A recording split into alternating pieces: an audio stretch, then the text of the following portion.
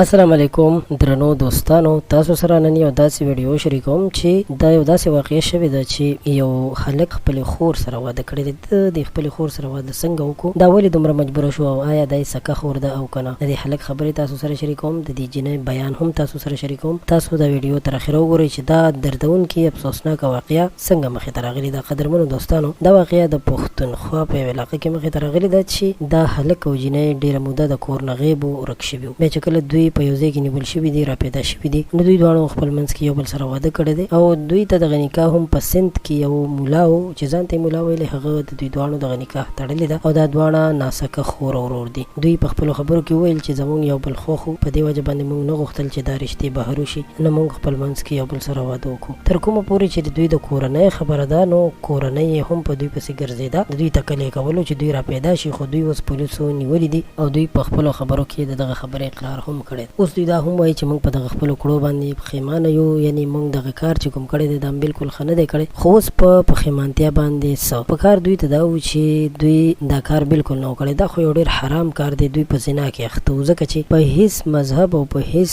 قانون او په هیڅ یو ملک کې داسې اجازت نه ورکوي چې ورور او خور د یو بل سره واده وکړي، یعنی داسې ناروا او پلید کار دی وکړي. نو یقینا چې دوی ته سزا ورکول پکار دی، خو سزا هم داسې سزا چې د اسلامي احکامو او اصولو او شریعت محمدي مطابق وي، یعنی د هغوی د حکم مطابق وي. نو قدرمنو دوستانو، دا یو ډېر افسوسناک خبرو چې زموږ په مسلمانانو باندې نن سبا څه شوي دي چې داسې کارونو ته ملا تړلې ده او داسې کارونه یې شروع کړي دي. نو ما غوښتل چې تاسو سره دا خبره، دا ویډیو شریکه کړم. که تاسو غواړئ چې په آینده کې تاسو د دغسې عجیبه حالاتو او معلوماتو خبرو ساتو، نو ضرور در سره زموږ چینل خان کلیک سبسکرایب کړئ.